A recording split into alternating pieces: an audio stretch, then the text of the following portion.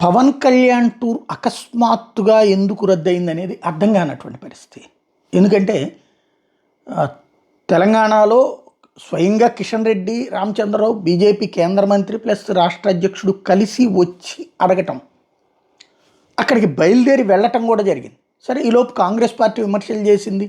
అసలు పవన్ కళ్యాణ్ ఎవరు తెలంగాణలో మాట్లాడాను. నేను ఇప్పుడే చెప్పాను, పవన్ కళ్యాణ్ జోలికి పోబాకండి, కెలక్కండి, ఆయన్ని దెబ్బతింటారు. ఒకప్పుడు చంద్రబాబు దెబ్బతిన్నారు, మన జగన్మోహన్ రెడ్డి దెబ్బతిన్నారు, ప్లస్ ఆయనకి ఆదరణ పెరుగుతుంది తప్పించేమీ లేదు అన్నటువంటి.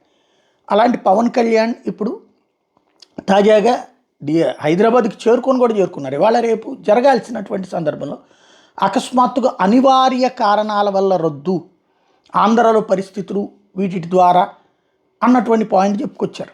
ఏంటిది అసలు రీజన్ ఏంటి అన్నటువంటిది మాత్రం డిస్క్లోజ్ కావట్లేదు.